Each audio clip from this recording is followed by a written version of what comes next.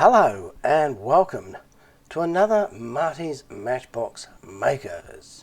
Today I'm doing another back to basics makeover of one of the original series, a number 43a Hillman Minx sedan made in 1958. It's 66mm long. Some of them had red tail lights, but this one didn't, so I'm keeping it original. It's got a blue-grey body, an off-white roof. Some came out with a green body, and they're worth $500. Now I picked this one up from a little scrap dealer here. He was going to crush it and use it for scrap metal, but I offered him 50 bucks. It needs a bit of work, but he was happy with that. And now I'm giving it a thorough inspection. The wheels are in really good condition. They're worth 50 bucks of anyone's money. The tyres have got hardly any wear on them. I'm going to renew these axles because they're the old style flattened end axles. So I'm just chopping these off. And this took me by surprise because rather than the wheels falling off, they fell inside, and it took me a fair while to jiggle them out. So learning from my experience, the second one I held in position as I rotated it around and then let it drop out there, so they didn't get stuck inside. Here's a close-up of those wheels. They've actually got a number 43 cast on them. Can you see that there? Because as I said before, this is the model 43. So I guess if they dropped those wheels on the floor and someone picked one up, they knew which model they were for. Now, as per normal, I'm sorry if I'm boring my regular viewers, but some of you may be here for the first time. I drill out these two rivets so I can separate the base from the body, and then I can paint them. So I've taken the minimum amount of metal away, and that means I've got to use a little bit of force with the flat bladed screwdriver just to pop that base off.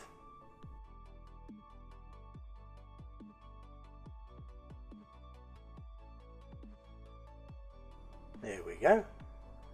Lovely. Now I've already center drilled those posts, but I'm going to drill them a little bit deeper with this small drill. And as usual, I'm going to use these 2M button-headed screws in these holes. Now here I'm just checking the depth of the drill, and I'm marking it with some tape. That way I won't drill in too deep. It's very difficult to judge when the drill's spinning if it's going in or not. And on occasions I have drilled right through the model. So I've learnt from my experience, and if there's any doubt, I will mark the drill like this with this a piece of tape.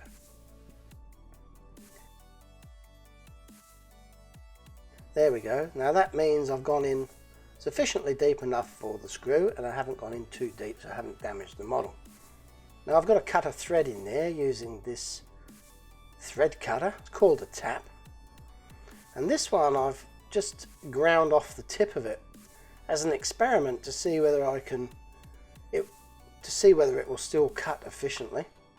And it was a little bit more awkward, so I'll probably have to play around with that a little bit, and because what happens is they're too pointy and they go in and they hit the bottom of the hole and they don't cut the thread deep enough.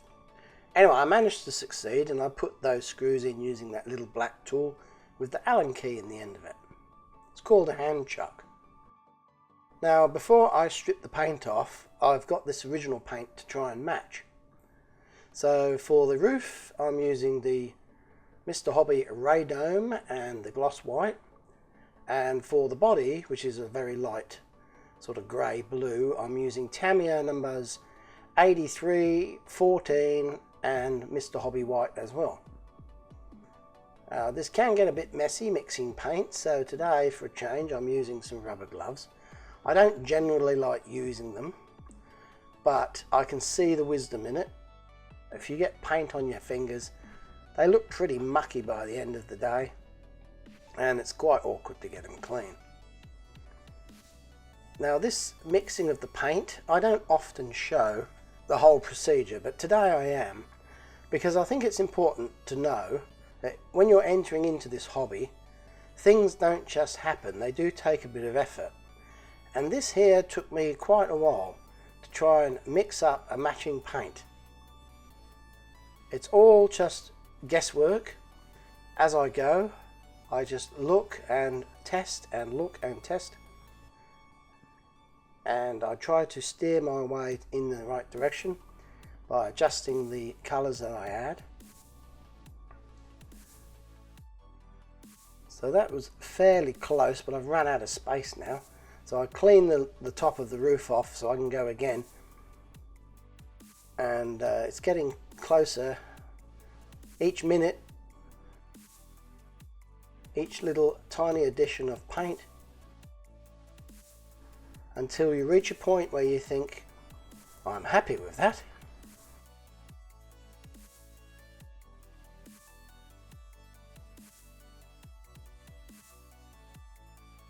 I think I was being a little bit fussy here because I went that little bit extra, and it's hardly any difference whatsoever in the before and after, but there we go. That's the one I'm going with. And it's always important to mix up more paint than you need, because more often than not, invariably at the end of the process of fixing the thing up, when you want to show it off at its best, there's always a little chip somewhere that needs touching up. So I always mix extra paint just in case it's needed, because otherwise you've got to go back to this process again. And because it's all guesswork, you can't really remember how you got to where you got.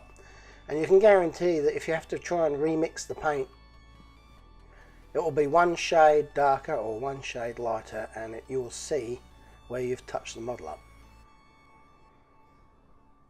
So this is the grey blue now I'm mixing up. And it's strange, I'm doing this at night under artificial light, and what looks right in the pot, when you put it on the model, it is far too light, as you can see. So it's very deceptive. And you have to sort of pause now and again and step away and give your eyes time to readjust and rest momentarily. And it's a very long process, I'm sure.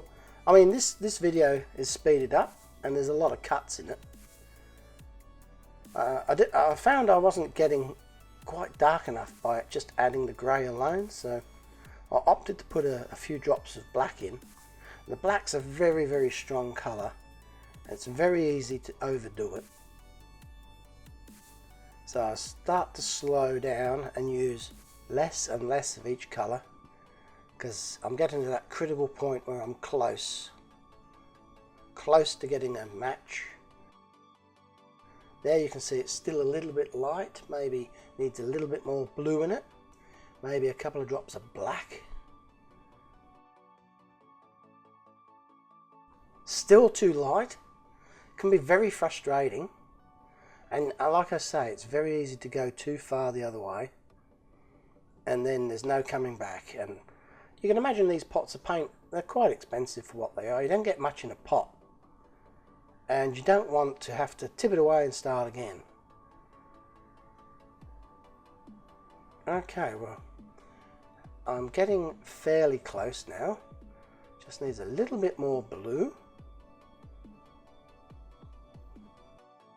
I try on the side here for something different, and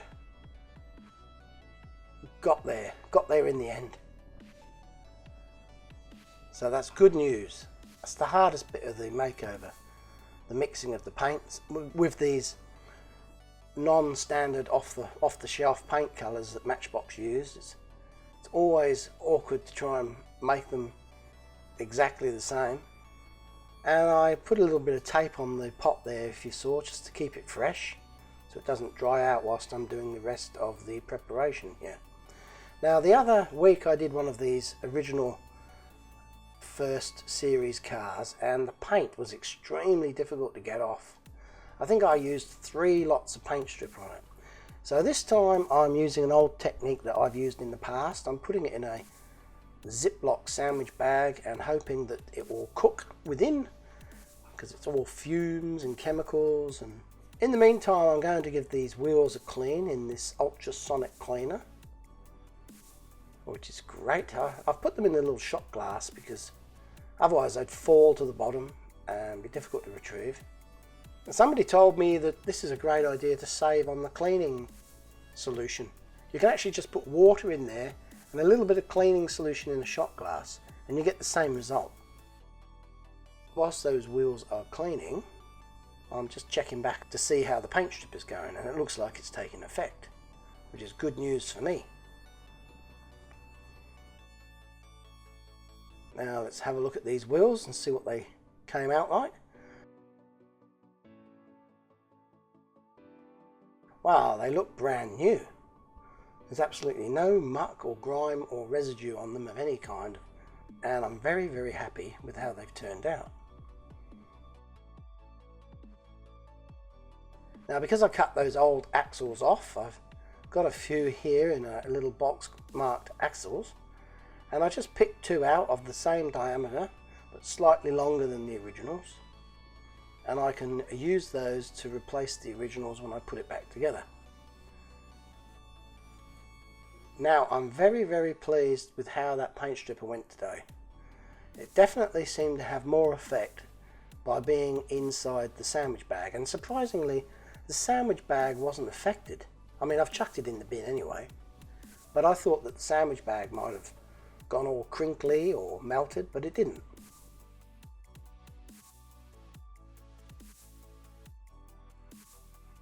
If you saw my last video last week, I was struggling at this stage to get this paint off, and here it's just falling off.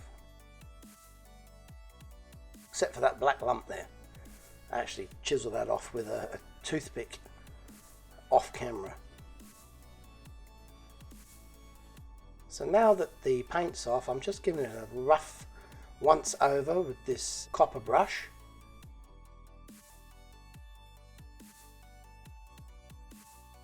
To get any tiny little bits of paint out of the intricacies of this casting, like the bumper bar there and the grille on the front.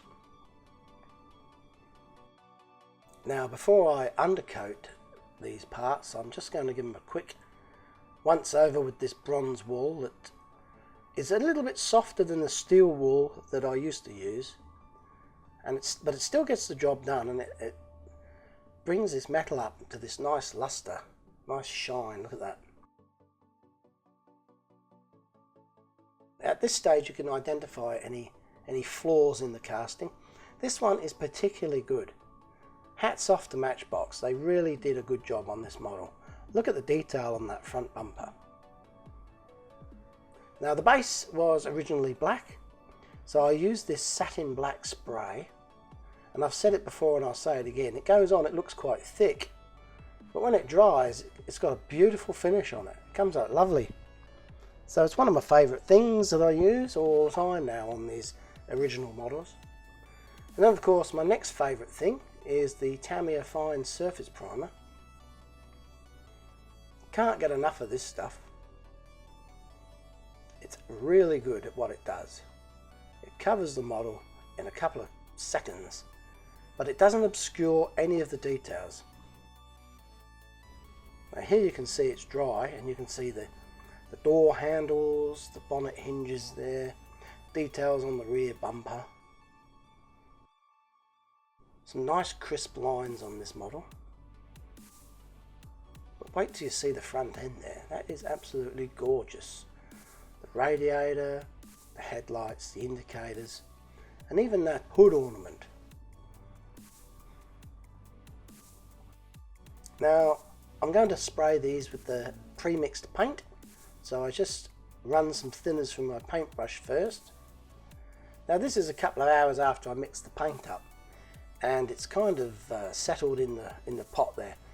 So I'm using this little battery powered stirrer, and it's a great thing. I don't know why I never thought to get one before. A subscriber sent me this, and it's the best thing ever. I can't imagine how I managed without it. It's great. Just one thing, when you finish mixing the paint, don't stand it up on its base because the paint runs down the shaft. So just lay it down and there's less cleaning up to be done. The cleaning up takes 2 minutes. You just spin it around in some thinners and wipe it with a makeup pad and it comes as good as new again. So now I'm putting on the blue. I'm not bothering to cover the bonnet and the roof because they're a different colour anyway. I put on a nice wet coat and you can see it's shining up beautifully. And I actually used some levelling fluid with this. I added a little bit of leveller to the mix. And when I bake it in the oven there, 10 minutes at about 35 degrees, it comes out beautiful. I'm showing you a method here. It's a new method I'm trialing. Somebody suggested it to me. Use these mole grips or vice grips. Some people call them different things. And I've used a file to smooth down the ends of the jaws. I didn't use an angle grinder because it would probably soften the jaws. Now I can squeeze this thing really tight. It's gripping like crazy there, and when you snap it open, what have you got? You've got a beautiful crimped end on that axle, just like almost like an original. I bet you Matchbox didn't use these though when they were in the factory, but for me, for today, and for all you others out there that do this as a hobby, it's a great little shortcut. It means you don't have to go out to the shed and use your big heavy vise. You can do this in the comfort of your own home. So this is the real thing now. I'm cutting those axles to length, roughly. And after I tested the vice grip method, I'm now going to try it on the real thing for the first time. And this one's a little bit long, but ideally I want to crush a flat-ended axle. So to take, you know, when you cut a piece of axle there, it ends up with a V shape on the end. So I grind it flat and then I use these vice clamps, and they are extremely hard to squeeze. It takes all my strength. And then it takes all my strength again to undo them. But it turns out pretty good. I've just got to clean it up with the little file. And here I'm showing you that the wheel cannot fall off. And it still rolls pretty good too. So now that that blue paint has been baked on and is bone dry and hard, and I know it's not going to come off with the masking tape, I'm now masking it up to paint the off-white colour. That's on the roof, the side of the windows and the boot. I'm using a toothpick here to push the Tamiya masking tape into all the little creases and to try and make sure that there's no paint bleed. But just in case there is some little gaps I've missed, I'm now giving it a second coat of the blue, and that's going to seal the edges of the masking tape. And then when I paint it with the off-white, there will be no bleed whatsoever. That's the theory. And I'm really quite excited at this stage because I can see light at the end of the tunnel. And I can't wait to get this tape off and see how good this looks. I put on a nice thick wet coat again, and it shines like it's been hit with 3 coats of gloss varnish, and I baked it in the oven. Unfortunately, that was a mistake.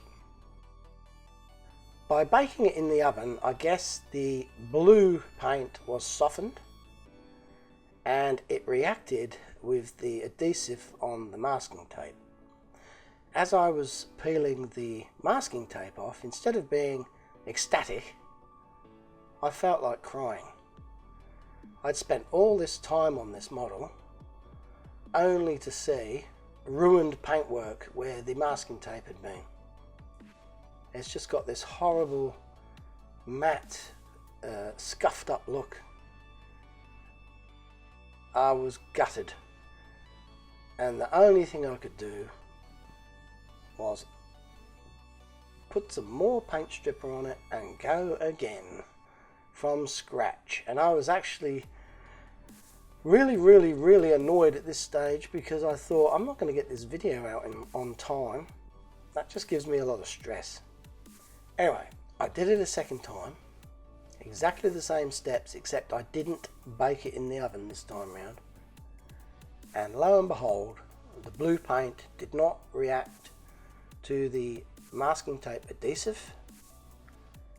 And all in all, I'm quite pleased with the result. There's a little tiny imperfection on both sides above the rear door handle. So I don't know why that is. Maybe I didn't concentrate on that little area with the toothpick as well as I should have done. Anyway, I managed to touch it up with an extremely fine paintbrush, and I just jazz it up a little bit. I use magnifying glasses on my head to see the detail, and I think I'm quite happy with how it turned out. Now I'm going to paint some details onto this model. I use this Pentel silver pen and these very small fine tipped paint brushes, which are excellent for this job.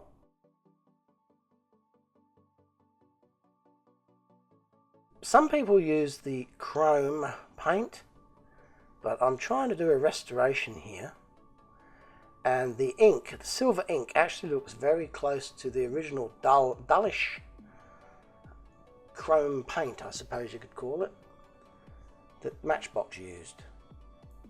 And it's quite free flowing, it goes on nicely.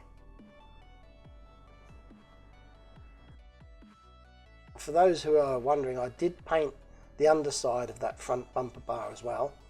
I just didn't show it. It's very difficult to show painting details like this because the camera is usually in the way. The camera and the stand is always in the way, and you can't position the model in the perfect painting position because you're just trying to sort of show the process of painting the details, and it actually is a bit of a handicap. I also do the hood ornament. I debated whether I should or not because the originals didn't have it, but I do like to put a little tiny bit of bling on it, and I think it's quite a nice finishing touch. Now you can see those screws that I put in at the beginning, they're blue, and that's great because on the original model those rivets were painted in the factory along with the body, and they were actually blue, and they were protruding through the base, and when they were formed they actually left a blue end that's visible on the black base plate. Some people have asked me about that, why do I do it, and that's the reason, because it actually looks more realistic like that, like the original. And I do love that the highlighted words underneath there, they're due to the handling process whilst restoring it, have been highlighted. I think it's a really nice look. So here's a reminder of what we started with. Remember, I was down at the Wreckers and I picked it up for 50 bucks. Well, a little bit of TLC, that's tender loving care, and a lot of effort.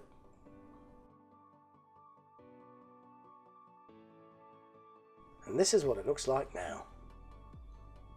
Now you may notice some little metal projections coming down from the top of the front of the windscreen. Now I've read a little book and they were referred to as pips. Some models have them, some don't. This one does. So I left them there because it's all original.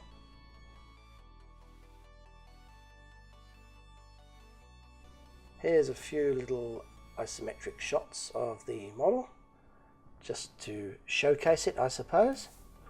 But I really did like the simplicity of this model and those beautiful vintage colours. They turned out magnificent. So it's time to take this little vehicle out for a spin in the country. So I hope you've enjoyed this episode of Marty's Matchbox Makeovers. If you have, then thanks for watching, and please like and subscribe and tell your friends. Goodbye. We're gonna need a disguise. What are the chances of that happening? Cinemas now. Oh my God.